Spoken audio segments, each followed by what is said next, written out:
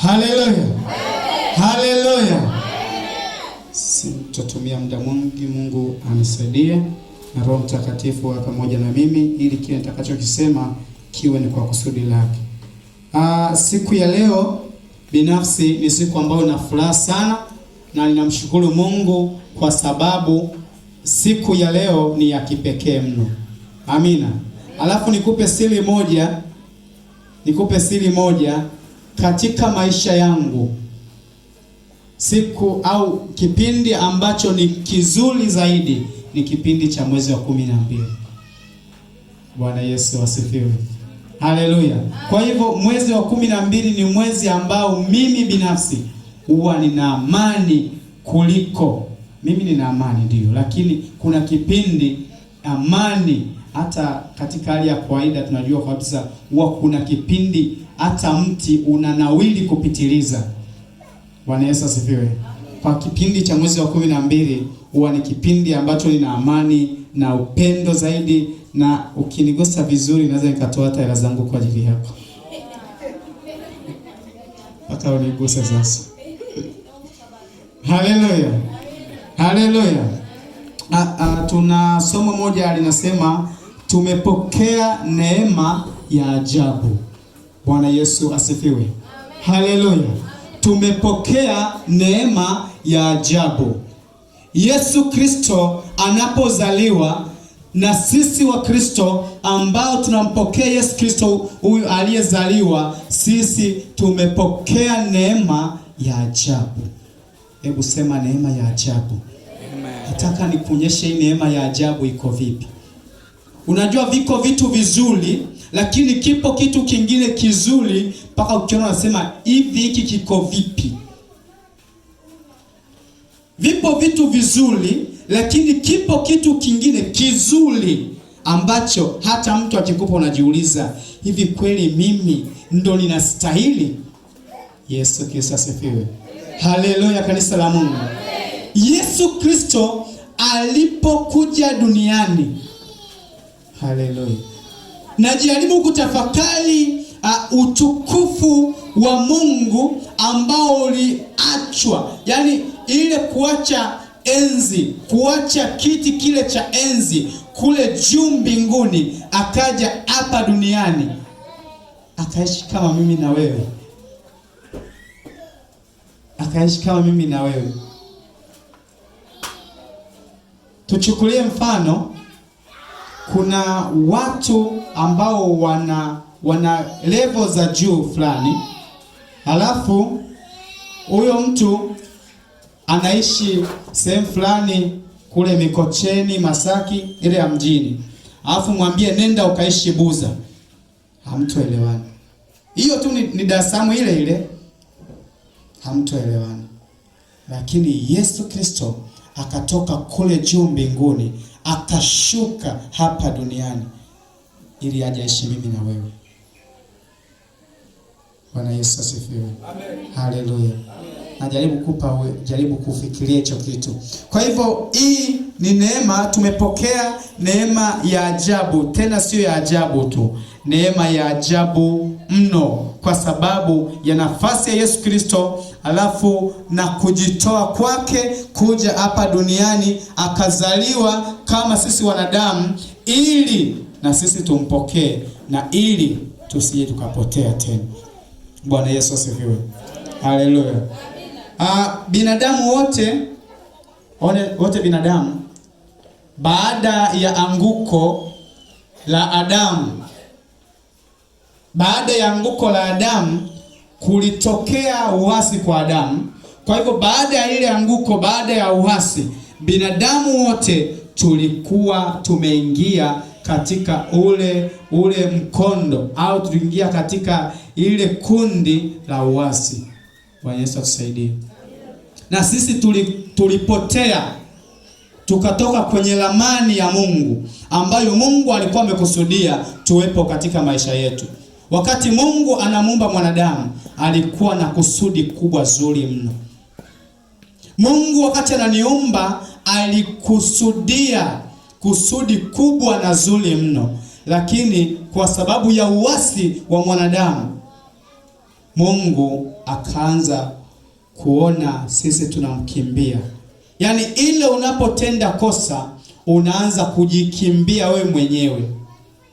Chukulia mtu ni jambazi, alafu anasikia kwamba anakuja mpelelezi ndani ya kijiji. Anakuja mpelelezi ndani ya kijiji. Mara nyingi hawezi kuwa na amani. Na ikiwezekana yule mtu ikisemekana anataka kupanga nyumba moja na yeye, yule mtu anaweza akaama. Kwa sababu anaogopa, hii ni maji, hii ni moto. Yesu Kristo asifiwe. Haleluya. Kwa hivyo unajaribu kufikiria binadamu aliyeumbwa na Mungu, baada ya uasi tukaanza kuona kama sisi na Mungu kuna uadui. Lakini ashukuriwe Mungu aliye mkuu, mwenye upendo wa ajabu, ambaye huyu Mungu naona kwamba ametupatia neema ya ajabu. Anaamua sasa kwamba huyu ni mtoto wangu, ndio nilimuumba mimi mwenyewe, lakini amenikosea mpaka kunitazama, ananitazama kwa aibu mpaka ananikimbia. Anaamua kutengeneza uhusiano upya. Bwana Yesu asifiwe. Haleluya. Mungu anatengeneza uhusiano mpya, anajitengeneza aje duniani kwa ajili ya kunikomboa. Yesu Kristo asifiwe. Hivi mimi nina thamani gani mpaka Mungu aje kunikomboa mimi? Nina thamani gani? Yesu Kristo asifiwe. Yesu asifiwe. Wapo watu wengi sana. Wakati mwingine nilikuwa natafakari kama Mungu angekuwa anaangalia vigezo fulani, yawezekana angebezi na matajiri, yawezekana angebezi na wasomi, yawezekana angeangalia kabila fulani lenye sifa nzuri, akasema mimi naenda kuikomboa kabila fulani. Lakini huyu Mungu wetu akamtafuta mtu mmoja ambaye ndio mimi na wewe. Mimi nikisema na mimi, jiwekee na wewe hapa. Amina. Akanitafuta mimi, sijui nilikuwa wapi, kwenye kabila gani, kwenye ukoo gani. Yawezekana kwenye ukoo wetu hakuna hata mmoja mwenye historia katika mji, katika kijiji. Yaani sina historia yote ya kuvutia, sivutii hata kidogo. Lakini Mungu akasema hapana, nakuhitaji wewe, njoo kwangu. Na ili aniite, akajileta duniani. Akazaliwa mtoto Yesu, akaja duniani kunikomboa katika umauti. Mungu kusudi lake nisiendelee kumkimbia. Bwana Yesu asifiwe. Haleluya. Haleluya. Kusudi la Mungu la kumleta Yesu Kristo ni ili nisiendelee kumkimbia, bali nikubali kumpokea, kumweka ndani ya moyo wangu. Wangapi tumemweka Yesu ndani ya mioyo yetu? Wangapi tumemweka Yesu ndani ya mioyo yetu? Sema amina kama umemweka Yesu. Naomba useme amina nisikie kama umemweka Yesu ndani ya moyo wako. Sikia nikwambie. Kumweka Yesu ndani ya moyo wako sio kuja kanisani. Kumweka Yesu ndani ya moyo wako sio kwamba kuimba. No. Sio kuimba, sio kuhubiri kama ninavyohubiri. Sio kufundisha, na wala sio kuomba tu. Kuweka Yesu moyoni ni kuyashika yale yote aliyofundisha Yesu. Bwana Yesu asifiwe. Yesu asifiwe. Tunayashika aliyofundisha Yesu. Neno la Mungu liko ndani yetu. Tunaliishi neno la Mungu. Kama una uwezo wa kuliishi neno la Mungu, wewe umemweka Yesu ndani ya moyo wako. Yesu anazaliwa ndani ya moyo wako. Na sio leo tu. Leo ni kumbukumbu, lakini Yesu anastahili azaliwe ndani ya mioyo yetu na aendelee kuishi kila itwapo leo ndani ya mioyo yetu. Bwana Yesu asifiwe. Yesu Kristo asifiwe. Yesu Kristo sio azaliwe tarehe 25. Hapana. Hii tumeweka kama kumbukumbu. Lakini hii ni zaidi ya ile tunayosherekeaga watoto wetu nyumbani. Happy birthday sio hii. Bwana Yesu asifiwe. Sio hii. Hii ni zaidi ya ile tunayosherehekea nyumbani kula keki. Ndio maana hujaona keki hapa. Hii ni ile kukubali kumweka Yesu ndani ya moyo wako na ukadhamiria maisha yako yote uishi na Yesu ndani yako. Yaani wewe na Yesu, Yesu na wewe. Mtu akikuona amuone Yesu. Bwana Yesu asifiwe. Haleluya, kanisa la Mungu. Nikwambia hii ni neema. Hii ni neema, sio kawaida. Tuone neno la Mungu. Ile kitabu cha Injili ya Yohana. Injili ya Yohana sura ya 15.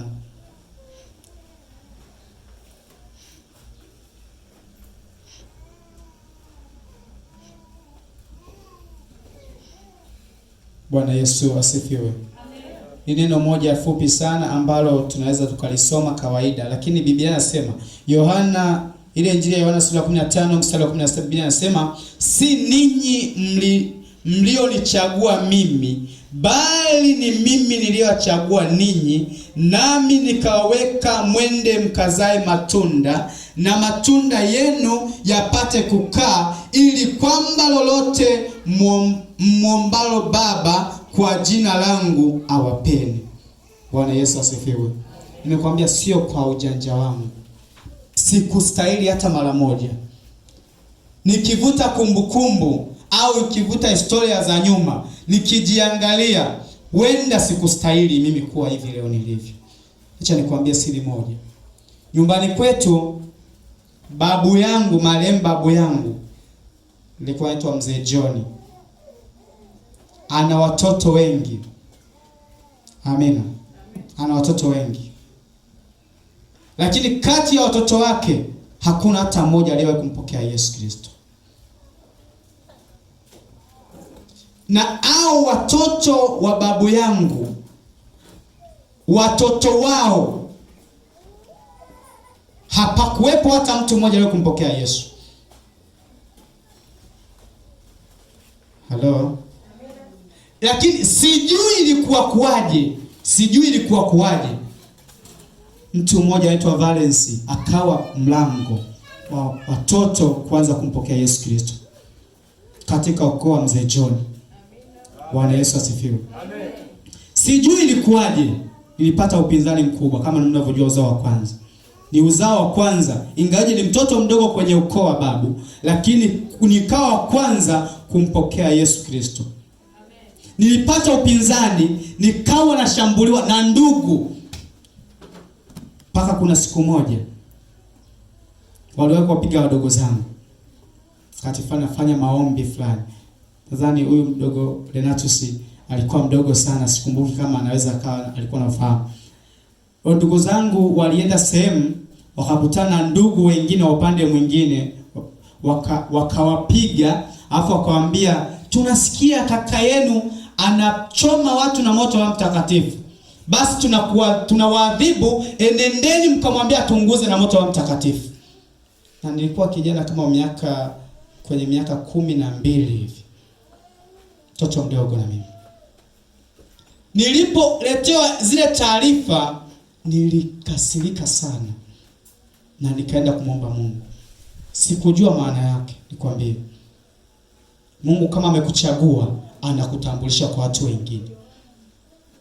Wakati fulani tulikuwa hapa kanisani. Wakati kipindi cha nyuma nilikuwa shafanya vitu vingi. Nakumbuka kuna mtu mmoja alikuwa kichaa pale kijijini. Tulienda kwenye maombi, nikawa kiongozi wa maombi. Tuliomba yule kichaa mpaka leo ni mzima. Namshukuru Mungu. Lakini siku moja tulikuwa hapa kanisani tunafanya maombezi.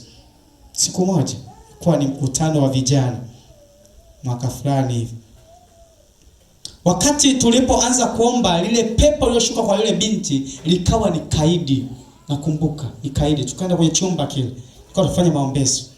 Tumepiga kelele. Nikakumbuka lile neno ambalo walisema kule kijijini kwamba tunawapiga, nendeni mkamwambia atunguze na moto wa Mtakatifu. Nilikuwa sina ushahidi sana moto wa Mtakatifu. Lakini siku ile nikakumbuka ya nyuma, nikamwambia Mungu. Wakati wenzangu wanaomba, nikarudi nyuma kidogo. Alafu nikasema, kama wale waliona mimi na moto wa Mtakatifu, ninaamuru ule moto wa mtakatifu ukateketezwa. Yule binti alikuwa amevaa kacha. Yesu atusaidie. Kumbe ile kacha ndio ilikuwa na shida. Wakati tunaomba nikasikia msukumo kuhusu ile kacha. Nikaanza kuelekeza, nikasema kama Roho Mtakatifu uko ndani yangu, nikishika hii kacha, huyu mtu apige kelele. Nilitaka nidhibitishe Mungu kweli yupo ndani yangu. Nilipoigusa ile kacha, yule binti alipiga kelele vibaya mno. Yesu asifiwe. Tukaendelea kuomba, nikawaambia, tulikuwa na watu wengi kule kwenye chumba kile. Nikawaambia leteni hii kacha. Yule binti akawa anaigangania. Nikaichukua, nikawaambia mpeni, wakampa. Nikachukua tena, akawa anaigangania. Nikasema hii kacha naipaka moto wa mtakatifu. Kama kuna moto wa mtakatifu, kama ipo ile nguvu ya moto wa mtakatifu inayonena kweli, akiishika apige kelele. Na kweli akaishika. Alipoishika alirusha hivi. Niko namdhibitisha Mungu kama yupo. Yesu asifiwe. Haleluya. Na pale ndipo nikaamini. Kumbe yale waliokuwa nasema kipindi kile yamenijengea ushuhuda mpaka leo nasimama imara. Bwana Yesu asifiwe. Yawezekana waliongea maneno wao kaona ni kawaida. Kumbe walikuwa wananipa kunikuza zaidi, nitambue Mungu ni naye ni wa nguvu gani. Sasa nabaki kujiuliza, mimi ni nani katika ukoo wa Mzee John nikatoka peke yangu kwanza kuikomboa familia? Katika familia yetu, mtoto wa pili Renato sikuzaliwa katika ulimwengu wa Kikristo ambaye ameokoka. Mtoto wa pili katika ukoo mzima wa Mzee John. Bwana Yesu asifiwe. Na wakati napigiwa simu na mama, anaambia huyu mwanangu simuelewi, eti anakufuatafuata wewe. Yesu atusaidie. Nikimwambia eti anasema mimi nimeokoka. Unajua sisi kule tunaokoka lakini tuko kwenye kanisa Katoliki. Lakini ukifanya pombe hataki kugusa. Sisi ni wajanja sana kwenye vinywaji, kwenye vilevi kule kijijini. Ukigusa mwaya na pombe umtenganishi. Lakini mimi nilianza kuikataa pombe nikiwa mdogo sana. Nikasikia wananipigia simu, Renato si mwenyewe amekataa pombe kabisa. Nikasema shukuriwe Mungu, Bwana Yesu. Tukaenda, baadaye kuna mchungaji mmoja akaanza kunipigia simu, ananiambia naomba wewe mdogo wako yuko vizuri, endelea kumuombea. Bwana Yesu asifiwe. Haleluya, kanisa la Mungu. Nikawa na tafakari, hata juzi kwa tafakari, natamani na nimemwakishia Mungu, nataka nione familia yangu inanyanyuka upya kwa sababu Yesu Kristo yuko ndani yangu. Nikimwomba ninaamini anajibu. Bwana Yesu asifiwe. Siku ya jana kutokea muujiza mwingine. Nakupa huo muujiza. Na niliwaambia jana wakati nafundisha kwenye somo. Wakati jana kuna ujumbe nimeletewa kutoka nyumbani. Kuna jambo limemkuta mzazi wangu. Atukuze Bwana Yesu. Atukuzwe Bwana Yesu. Nataka nikuonyeshe ukubwa wa Yesu. Halafu nje nikwambie huyu Yesu alivyo namna hii, akaacha enzi yake tena akaja kwa ajili yangu mimi. Mimi ni nani? Wakati nimekaa pale nyumbani, nilikuwa kazini, nikapigiwa simu, kuna tukio hivi na hivi na hivi. Nikasikitika. Nikamwambia niko busy, niko kazini. Naomba mniache. Nitawapigia simu baadaye. Nilipigiwa simu na mdogo wangu wa kike. Nikatulia, sikumwambia hata mdogo wangu, sikumwambia hata mwingine nani. Nikaingia, wakati nafanya kazi ninaomba. Nasema mimi ni mwakilishi wako Baba hapa duniani. Na kwenye familia nasimama mimi nikiwa mimi mwakilishi wa familia. Ninaamuru mzee wangu popote atakapokuwa, ile tatizo lililomkuta likamwachia. Kuna jambo ambalo lilitengenezwa, akawa ametengenezewa kesi, amepelekwa polisi. Nikasema yeyote atakayemgusa natuma malipizi kwa jina la Yesu. Sikia nikwambie. Nikaongea kwa ujasiri. Nikasema atakayekuwa amefanya njama zozote, hata kama ni askari, limkute. Na nikashangaa muda ule, nikasema nampigia huyu ndugu aliyeniambia nahusika, namwambia usije kalaumiana. Kabla sijampigia dogo akanipigia simu, nikampa taarifa zile. Dogo akazipokea kama kwa kushangaa, nikamwambia sikia, usishangae, nishamwambia Mungu anafanya. Na nikasema hivi, kabla sijatoka hapa nataka nisikie mzee yupo nyumbani. Bwana Yesu asifiwe. Haleluya. Haleluya. Haleluya. Sijamaliza kazi, nikampigia mama kumuuliza tunaweza tukafanya utaratibu gani. Mama ananiambia baba yako yuko nyumbani muda huu. Bwana Yesu asifiwe. Nikamwambia mama, huu ni wakati wako wa kuokoka. Yupo Yesu anayefanya ya ajabu. Nikamwambia huwa nakuambia mara nyingi mpokee Yesu. Nikamwambia Yesu niliye naye mimi ni wa ajabu, hata huyo polisi hana nguvu kama mimi. Nikamwambia nimeamuru katika ulimwengu wa roho, ndio maana imekuwa hivyo. Mama akasema unasemaje? Mbona unayoniambia nilikuwa nayasikia kama kuna mtu ananiambia. Akasema Yesu amejibu. Bwana Yesu asifiwe. Amen. Yesu asifiwe. Huu ndio uwezo wa Yesu aliyezaliwa leo. Amen. Huu ndio uwezo wa Yesu ambaye Yesu hana kizuizi cha kufanya jambo lolote hata mbele ya nani. Amina. Shida yetu hatujaamua kuzama ndani. Naongea nikiwa na uchungu. Yesu akaangalia mji wa Yerusalemu akaulilia. Akalia. Kwa sababu hatujui nguvu ya Yesu iliyoko ndani yetu. Kama tungalijua nguvu ya Yesu, wakati mwingine tunahangaika bure. Unajua watu tunamzaa na Yesu. Watu tunamchezea Yesu. Tunasema tumempokea Yesu, lakini ukiangalia walisema maisha tunayoishi hayapendezi kabisa. Na sio kweli kama tumempokea Yesu. Tunampokea kwa midomo. Yesu atusaidie. Atusaidie Bwana Yesu. Natamani siku ya leo tunapompokea Yesu Kristo kuzaliwa ndani yetu, ikawa ni mwanzo mpya. Tusio walokole wakuja kanisani kuimba na kuruka.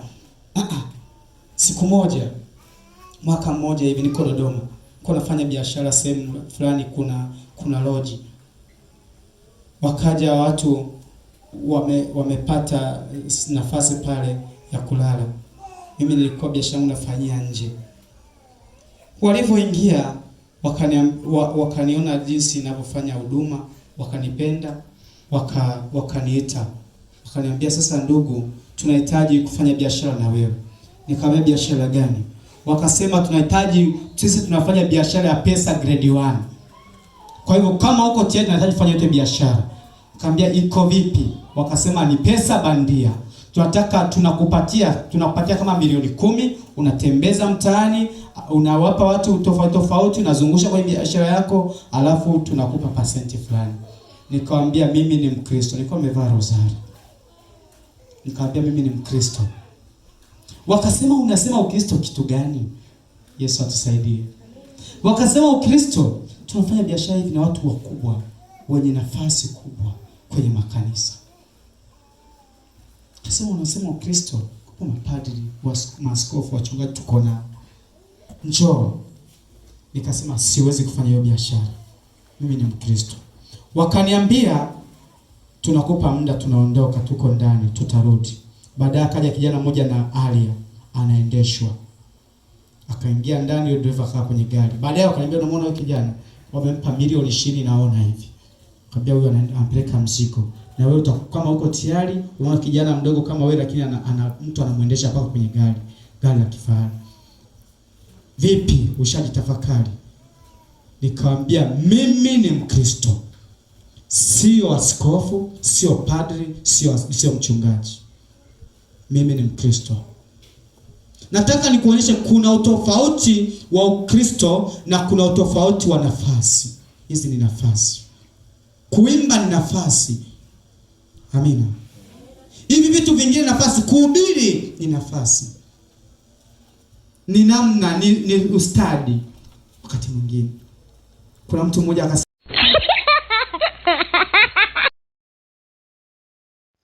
Alo wewe Kalumna Library, jipatie huduma zifuatazo. Tunauza simu, redio, flash,